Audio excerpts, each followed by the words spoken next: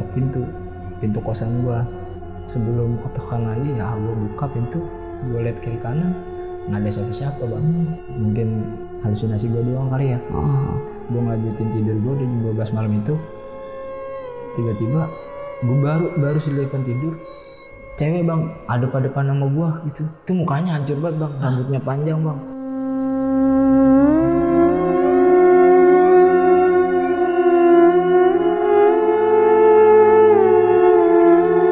Dari situ gue buka lagi nih pintu kamar kosan gue, itu nggak ada siapa-siapa kan. Gue nengok kiri kanan, gue tutup, gue ngeliat kamar tidur gue tuh ada sosok perempuan bang.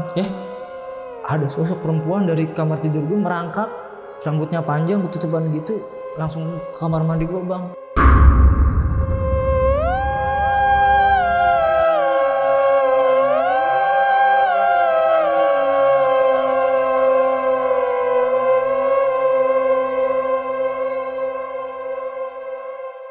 Assalamualaikum warahmatullahi wabarakatuh. Salam sejahtera untuk kita semua. Kembali lagi di Lonceng Misteri, masih bersama gue Gilang Ahaditya. Dan malam ini gue kedatangan seseorang nih yang bakal nyeritain kejadian horor ketika dia tinggal di salah satu kosan yang ada di daerah TB Simatupang, Jakarta Selatan.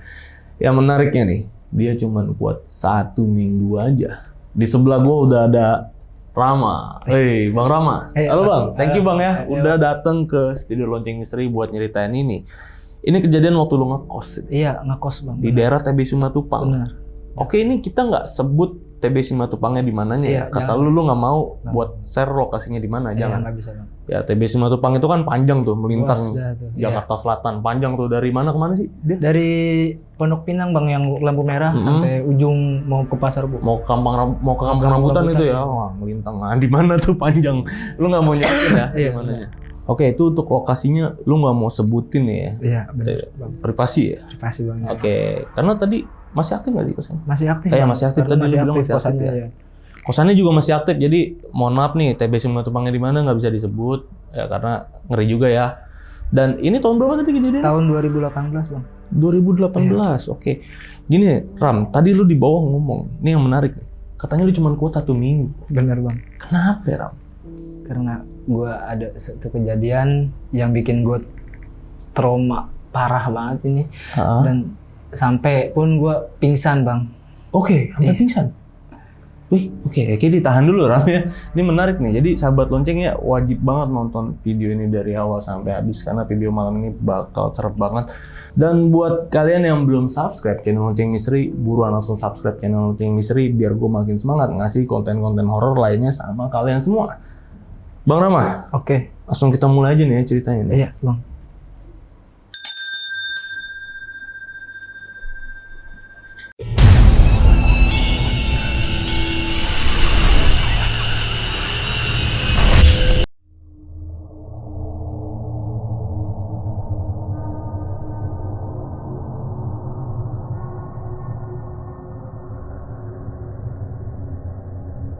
Jadi itu kejadian pada tahun 2018 bang, dimana gue masih memang baru lulus sekolah SMK.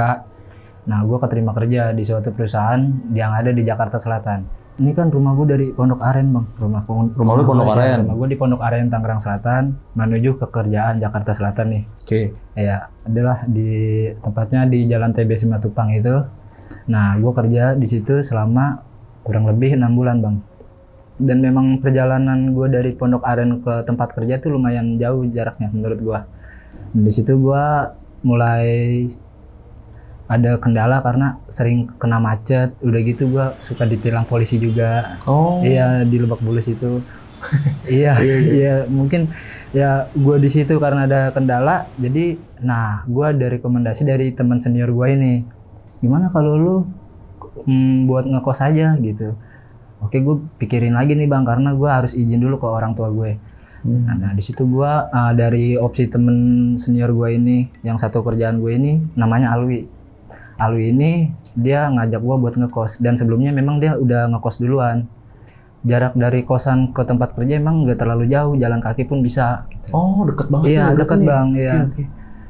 Jadi singkat cerita, gue izin ke orang tua gue buat ngekos. Itu gue masih inget sih, gue di situ gue izin pulang kerja tuh dari shift pagi Jadi di tempat kerja gue itu ada 2 shift bang. Oke. Ya di shift pagi sama shift siang. Dan kebetulan gue saat itu di shift pagi, gue pulang buat izin ke orang tua gue. Akhirnya oke sepakat nih bang, sama gue nyetujuin nih buat gue ngekos.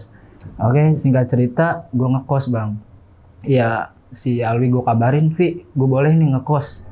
Oke yaudah, jadi gue ke tempat kosan. Itu yang jaga kosan itu yang punya ibu-ibu bang. Oke. Iya, jadi ibu-ibu itu udah siapin lah kamar kosong buat gua. Yang kamar kosan ini. Itu di kosan itu di belakang tempat kerja gua. Memang harga per bulannya itu ya lumayan lah gitu. Nggak mahal juga buat gua. Ya cukup.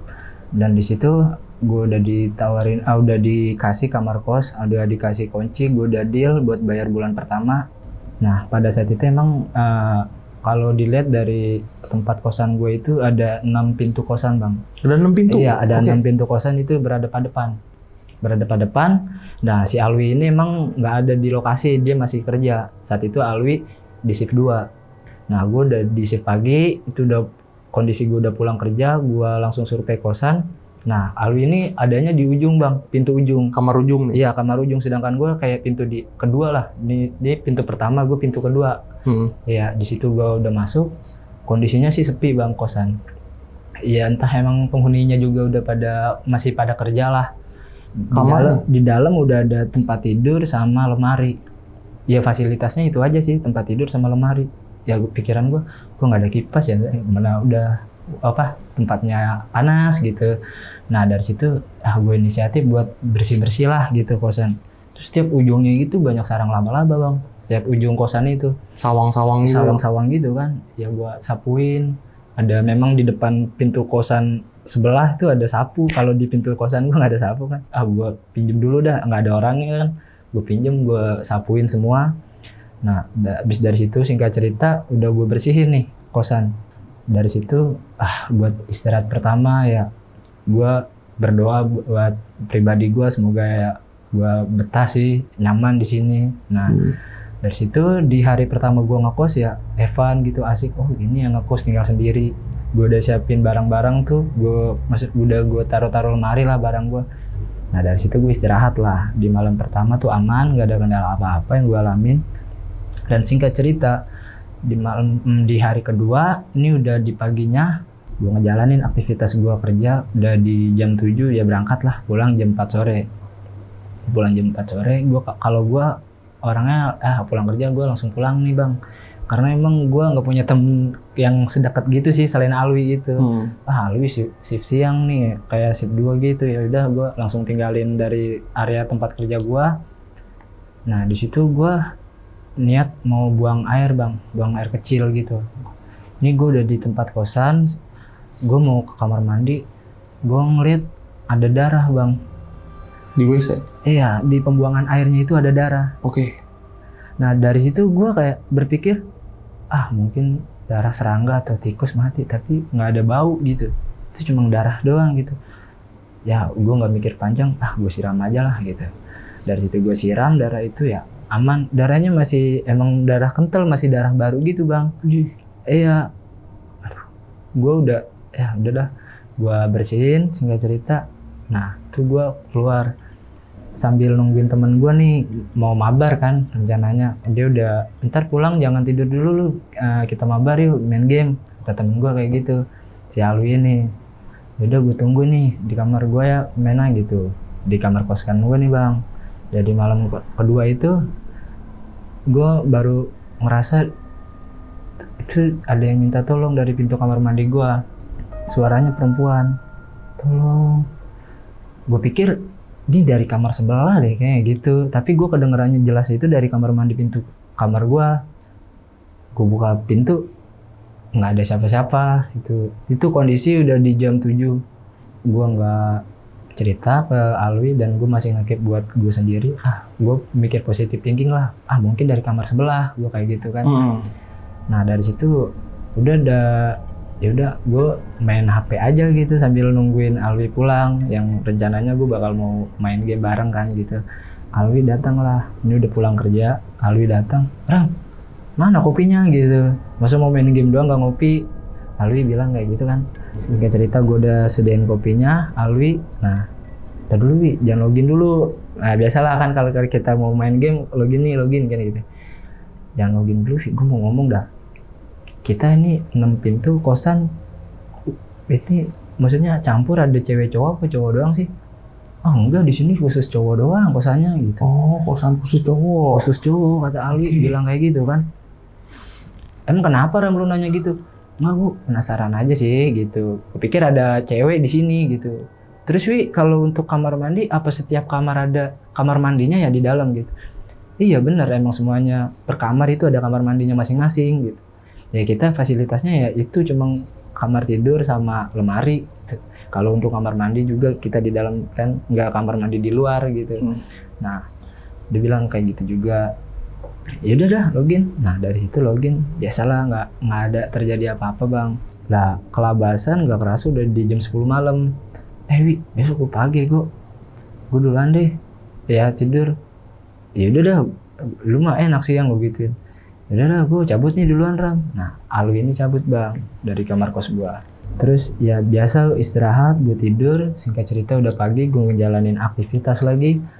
Nah gue kerja pulang sore lagi kan tuh jam 4. Nah singkat cerita gue udah di kamar gue nih, udah pulang juga. Terus ya Alwi datang, udah kondisi udah malam nih, udah dia shiftnya udah pulang. Itu di jam 9-an. Alwi pulang udah lewat kamar kos gue. Tiba-tiba si Alwi ini dengar suara tangisan perempuan. Si Alwi ini? Iya, dari kamar mandi. Ram, lu denger nggak? Denger apaan? Gue sempet heran juga, denger apaan ya? Dia nggak ngomong nggak apa, nggak ngejelasin. Dia langsung buka pintu kamar mandi gue. Jadi dia kayak apa takut gue nyembunyiin cewek mungkin ya bang? Atau takutnya gue bawa cewek ke kosan kan? Baru kan gue di situ. Nah dia mastiin sendiri, dia nggak ngomong lu bawa cewek ya. Dia ngomongnya setelah dia mastiin di pintu, buka pintu kamar mandi gue nggak ada siapa-siapa. Kagak Ram, tadi gue denger ada suara tangisan perempuan dari kamar mandi lo. Hah, halu kali lu, capek. Udah singkat cerita dia pulang tuh, maksudnya ke kamar kosan dia. Itu masih di jam 9 kan. Nah ada pulang, gue dalam hati gue, si Alwi kenapa lagi? Sebenarnya gue mau ngomong soal yang kemarin, cuma karena dia sendiri udah ngerasain juga kan di situ.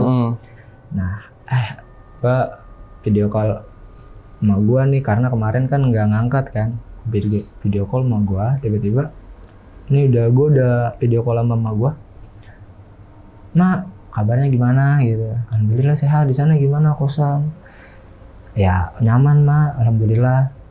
Udah awas saya jangan macem-macem. Tiba-tiba pas lagi gue video callan, emak gue ngeliat di belakang gue ini ada perempuan bang, sosok perempuan.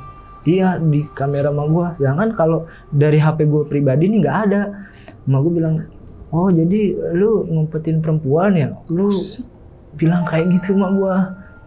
Lu jadi ngekos buat bisa main sama perempuan gitu, biar bisa bawa ke kosan, biar bisa bawa perempuan ke kosan.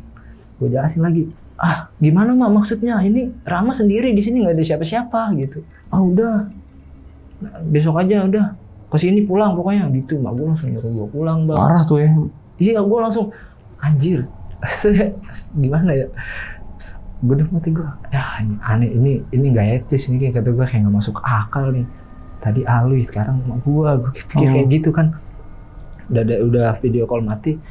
Udah gue besok balik lah. Gue kalau orang disuruh sama orang tua kadang kayak masih dipikirin terus bang. Suruh pulang ya pulang gitu. Gue nggak bisa pulang malam ini, mungkin besok gue pulang kerja, gue pulang nih ke rumah. Nah singkat cerita gue udah habis video callan sama gue itu karena nggak ini juga kan, nggak sampai selesai lah gitu buat nanyain yang lain. Jadi udah mah gue ngechat aja pribadi, Rama di sini sendiri gitu, nggak ada siapa-siapa, tinggal orang di sini juga. Gue jelasin bang, di sini juga kosan cowok semua, nggak ada perempuan. Tanya aja Alwi nih teman kerja Rama yang ngajak Rama ngekos di sini. Sampai gue gituin bang di chat. Emak gue cuma baca terus balas paling, yaudah besok pulang aja pokoknya. Gitu. Emak gue bilang kayak gitu. Oke singkat cerita, dari situ gue abis ngechat emak gue kayak gitu, gue istirahat lah. Capek mungkin gue juga. Gue capek, tidur. Singkat cerita udah pagi, gue emang rencana gue langsung mau pulang lah ke Pondok Aren. Rumah gue Pondok Aren, gue pulang. Setibanya gue di Pondok Aren, emang kebetulan ada nih nyokap gue. Oh langsung emak gue salah, assalamualaikum. Waalaikumsalam. Oh jadi lu ngekos buat ketemu cewek gitu, buat bisa. Ngomel tuh nyokap lu. Iya ngomong gitu, ngedumel kayak gitu. Enggak, itu emang yang mak ngeliat tuh cewek kayak gimana. Iya tuh. Gue sempet ngomong kayak gitu kan, mau bilang ada cewek orang baru keluar dari kamar mandi gitu, yang mak lihat di mana? Iya di belakang lu kan video call sama mak, di belakang lu nih ada perempuan keluar dari kamar mandi. Gue di situ langsung, anjir itu siapa ya? Gue nggak kepikiran lagi bang, wah itu siapa lagi orangnya, apa orang yang sama yang gue alamin sebelumnya nih gitu. Udah kacau tuh ya pikiran lu. Udah kacau bang. Dari situ bawa pakaian gue lagi nih, stok pakaian gue yang di kosan emang kebetulan lagi habis. Gue sekaligus bawa pakaian gue yang dari rumah nih gue bawa ke kosan. Nah singkat cerita gue tibalah pulang ke kosan gue. Ya biasa itu udah di jam tujuan bang, Alwi belum pulang. Ya Alwi belum pulang. Ya udah, gue nyantai lah lu jangan main dulu hari ini, gue mau istirahat, gue bilang kayak gitu bang. Pas gue mau tidur, ini gue emang baru-baru itu tuh gue tidur sore, maksudnya masih di jam 8 malam. Masih di jam 8 malam gue udah capek, biasanya gue harus main game dulu, ini enggak, gue tidur. Nah pada saat gue tidur ini, gue kebangun di jam 12 malam bang. Tiba-tiba ada yang ngetok pintu kosan gua. Siapa? Gua negor. Kalau emang ada orang dia jawab Alwi. Kalau misalkan teman gua dia pasti jawab Alwi. Ini nggak ada bang. Tok. Kedua kalinya. Siapa sih? Yaudah. Sebelum ketokan lagi ya gua buka pintu. Gua lihat kiri kanan nggak ada siapa-siapa bang. Sepi hening kosan. Itu cuma ada motor doang kan. Wah kata gua kagak beres nih. Mungkin halusinasi gue doang kali ya. Gue tetap kayak mikir positif thinking aja. Nah gue tidur bang, gue ngelanjutin tidur gue di jam 12 malam itu. Tiba-tiba gue baru selipan tidur, cewek bang ada pada depan sama gue gitu. Itu mukanya hancur banget bang, rambutnya panjang bang, ketutupan mukanya. Itu baru lu rebahan itu? Itu gue baru mau rebahan ngelanjutin tidur gue bang. Itu gue langsung nggak bisa gerak, nggak bisa apa bang. Wah gue pikir, wah ini gue ngapa ya? Gue nyebut asma-asma Allah di situ. Astagfirullahaladzim, Allahu Akbar. Dan gue sadar tuh, ya agak lama. Kalau bahasa orang-orang yang di kampungan gue itu namanya direp-rep bang. Iya. Kalau di kampungan gue itu namanya direp-rep bang mungkin. Nah dari situ terus gue buka pintu bang. Gue buka pintu karena gue kayak ada orang sih, nggak ada, udah sepi lah gitu. Habis buka pintu itu karena nggak ada siapa-siapa, gue kan kebelet buang air kecil juga, gue kamar mandi lah. Tapi nggak ada apa-apa nih bang di kamar mandi. Nah gue kencing sebentar, tiba-tiba baru gue mau tutup pintu kamar mandi, pintu kosan gue dia ngetok-ketok lagi. Nah pun dari situ, anjir ini siapa sih, kalau emang lu orang, lu wujudin aja dah gitu. Gue sampai saking gue emang penasaran dah. Dari situ gue buka lagi nih pintu kamar kosan gue. Itu nggak ada siapa-siapa kan. Gue nengok kiri kanan, gue tutup, gue ngeliat kamar tidur gue tuh ada sosok perempuan bang. Ada sosok perempuan dari kamar tidur gue merangkak, rambutnya panjang, ketutupan gitu, langsung ke kamar mandi gue bang. Di situ gue langsung gak sadar. Gue langsung pingsan. Kata gue, astagfirullahaladzim, kata gue. Wah gila. Gue pingsan bang di situ. Ya gue mendusin lagi tuh jam 3 bang. Sadar gue jam 3. Jam 3 sadar nih? Jam 3 pagi gue sadar. Wah kata gue udah, ini gak beres nih. Gue jam 3 gue udah ngeliat HP, gue kantongin. Gue langsung lari aja ke tempat kamarnya Alwi. Ketok, wih bangun lu. Gue ketok pintunya nih kamarnya Alwi. Wih bangun lu. Sampai kedua ketiga kalinya baru dibukain pintu. Ngapa lu? Kayak orang panik gitu. Kagak, wih, gue mau numpang istirahat ya tempat lu. Ngapa sih? Udah ceritain, cemas banget muka lu kan. Dia bilang kayak gitu. Besok gue ceritain. Akhirnya, yaudah, tidur dah lu. Di kamarnya Alwi, gue tidur. Alwi pun itu di jam 6, udah alarm gue bunyi. Alwi udah nggak ada nih di kamarnya. Kata gue ya mungkin dia masuk pagi kali ya. Kirain gue kayak gitu. Emang dari kamar mandi ada suara air lah, dia mungkin lagi mandi. Nah nggak lama dia mandi, gue buka pintu kamar dia. Itu kondisi kamar gue ngemplong bang. Ngemplong. Kebuka. Iya. Gue lupa nutup pintu. Gue bilang, anjir gue lupa nutup pintu. Nggak lama kemudian ibu kos ini lewat. Nah emang kan itu rumah pribadi yang punya kosan tuh di atas bang. Jadi itu dia 2 tingkat, cuma rumah pribadi kos yang punya kosannya di atas, di bawah nih dibikin kosan namanya. Oh jadi di atas tuh rumah Iya, di atas ada. Nah ibu kos ini ngelihat, lah kamu di sini. Iya bu, saya tidur di sini. Lah emang kenapa di kamar kamu? Ibu kos bilang kayak gitu. Nggak apa-apa. Kebetulan saya lagi main game semalam ketiduran. Gue tutupin bang kayak gitu. Oh gitu. Tapi itu pintu kamar kamu kebuka aja. Nggak apa-apa bu. Gue bilang aja kayak gitu. Lupa nutup semalam. Terus ibu kos langsung, lain kali jangan kayak gitu. Soalnya lagi rawan. Oh iya bu, makasih ya. Saya lupa bu.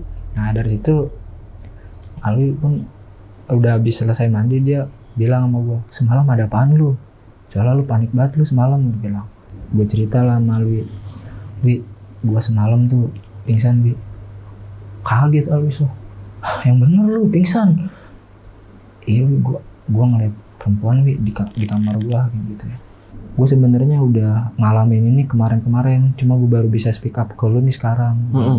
Gue juga Ram memang sempet ngeliat lu aneh Ram semenjak lu tinggal di sini. Gue mau cerita soal yang kejadian ada suara cewek minta tolong dari kamar mandi lu. Gue pikir lu bawa cewek ke sini. Iya. Dan itu bener bang, sama sosoknya tuh perempuan. Kalau kayak gini gue ya nggak nyaman dong kayak gue bilang kayak gitu. Gitu gue ngobrol di situ nggak sekerasa udah di jam 6:30 bang. Jangan gue harus berangkat tuh jam 7 lah. Jam 7 kurang 10 menit gue absen kerja tuh jam 7. Dan memang 5 menit dari kosan ke tempat kerja gue tuh sampai karena deketan. Nah yaudah Ram, lalu masuk pagi Wi, gue bilang. Iya gue masuk pagi juga nih. Wi, gue minjem pakaian lu dong. Gitu. Karena gue saking gue nggak mau masuk kamar kosan gue itu bang. Minjem pakaian lu dong. Buat hari ini doang kok gitu. Jadi tuh pakai lu mandi. Emang sebelumnya nih di tempat kerja gue nih untuk pakaiannya kasual bang, nggak harus seragam gitu kan. Kasual. Jadi boleh lah, yang penting rapih gitu. Gue pakai pakaian Alwi buat kerja saat itu. Singkat cerita udah waktunya gue pulang kerja absen. Gue baru kepikiran, anjir gue ngeri banget dah masuk kamar gue lagi gitu karena gue masih ada hawa trauma kayak gitu. Ya udahlah gue mampir di warkop di mana di seberang kosan gue bang. Itu yang punya nih bapak-bapak warkop ini. Oh. Ya gue mampir ke situ, biasa gue mesen kopi. Nah pun gue negor bapaknya, Pak, ya mesen kopi saya, kopi hitam gitu. Terus disiapin. Nah pas saat itu bapaknya baru negor saya, Masnya dari mana ya? Kok saya baru ngeliat gitu. Saya baru tinggal di sini mas, emang tinggal di kosan gitu. Apanya terus kosan yang mana? Itu Pak yang dekat pohon rambutan itu yang gerbang hijau. Nah pun dari situ bapaknya langsung so sibuk gitu bang, langsung nyiapin kayak barang-barang kayak dia gitu. Gue kayak ada insting curiga dong. Oke, nggak ada yang disembunyiin nih gitu. Akhirnya Pak coba kesini dulu deh Pak, saya mau ngomong sebentar. Oh ya ada Pak ya? Bapak sebelumnya saya mau cerita nih. Itu Bapak tahu nggak sejarah kosannya gitu? Maksud gue mau ngomong soal gue didatangin teror perempuan itu bang. Lu mau cerita nih? Gue mau cerita bang ke Bapak ini. Oh saya sih tahu, emang ada apa ya? Gini Pak, saya selama tinggal di kosan itu saya nggak nyaman karena saya merasa di teror sama sosok perempuan Pak. Semuanya lu ceritain? Gue ceritain ke Bapak itu kan. Sampai yang lu pingsan itu? Sampai yang gue pingsan gue ceritain. Nah pada saat gue selesai ceritain ini, bapaknya baru mau ngomong ke gue bang. Jadi 2 tahun lalu ini dek, di kosan yang Ade tempatin itu, tadinya itu dia kosan campuran. Terus ada perempuan yang tinggal di kosan di situ, di tempat kamar kamu tinggalin gitu. Oke. Bapaknya emang karena gue udah cerita, bapaknya tahu kan. Dari situ, oh terus Pak, terus gue bilang kayak gitu kan. Iya, jadi itu perempuan dia doang dan di situ sisanya laki-laki. pada 2 tahun lalu perempuan itu nih yang tinggal di kamar ada ini dia meninggal. Sempet masuk media juga kok deh gitu. Oh iya. Kayak gitu sampai kayak gitu bapaknya Meninggal? bilang meninggal di tempat. Gua ngomong lagi, "Pak, kalau boleh tahu meninggalnya gimana ya?" Meninggalnya itu karena diperkosa sama siapa, Pak? Gue sempat ngomong kayak gitu, bapaknya pun iya sama penghuni kosan yang lain, teman-temannya dia mungkin. Oh. Dia bilang begitu, Bang. Karena kan yang ngekos di situ juga orang pendatang, maksudnya orang-orang dari luar semua gitu kan.